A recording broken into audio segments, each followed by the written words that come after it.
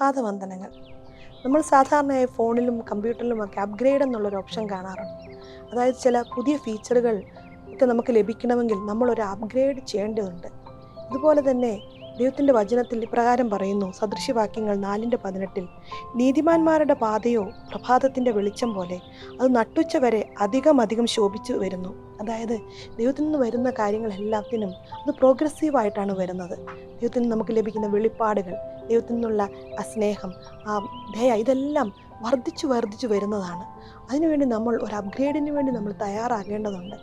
നമ്മളെ തന്നെ അവൈലബിൾ ആക്കി കഴിയുമ്പോൾ, നമ്മളെ തന്നെ അലോ ചെയ്യുമ്പോൾ, കർത്താവിൻ്റെ സന്നിധിയിൽ ഏറെ സമയം സ്പെൻഡ് ചെയ്യുമ്പോൾ നമ്മളിലും പല ഷിഫ്റ്റിലേക്കുള്ള പല അപ്ഗ്രേഡുകൾ നമ്മളിൽ സംഭവിക്കുന്നു. ദൈവത്തിൻ്റെ വചനത്തിൽ പറയുന്നത് പോലെ ചോദിക്കുന്നതിനും നനയ്ക്കുന്നതിനും അത്യന്തപരമായി നടത്തുവാൻ തക്കവണ്ണം ദൈവത്തിന് നമ്മളെ കഴിയുന്നു. അതുകൊണ്ട് നമുക്ക് പ്രാർത്ഥിക്കാം. ദൈവമായ കർത്താവെ, ഞങ്ങൾ ഒരുമിച്ച് പ്രാർത്ഥിക്കുന്നു. കർത്താവെ, ഞങ്ങളുടെ ജീവിതത്തിൻ്റെ ഓരോ തലത്തിലേക്ക് ഉയരുവാൻ തക്കവണ്ണം, വെളിപ്പാടുകളാൽ ഞങ്ങളെ നിറയ്ക്കുവാൻ തക്കവണ്ണം, അങ്ങയുടെ സ്നേഹവും കൃപയും ദയയും എല്ലാം കൂടുതൽ അനുഭവിക്കാൻ തക്കവണ്ണം കർത്താവെ, ഞങ്ങളെ ഏൽപ്പിച്ചു തരുന്നു.